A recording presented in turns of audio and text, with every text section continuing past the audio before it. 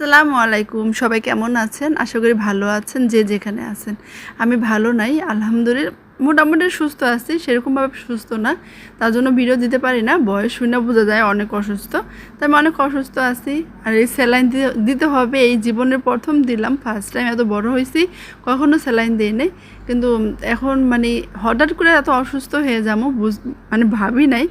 মানে আমার পরে সিরিয়ালে আছে 1 বাই 1 করে মানে অসুস্থ হইতেছে সবাই, ফ্যামিলি জানি না কি হয়েছে।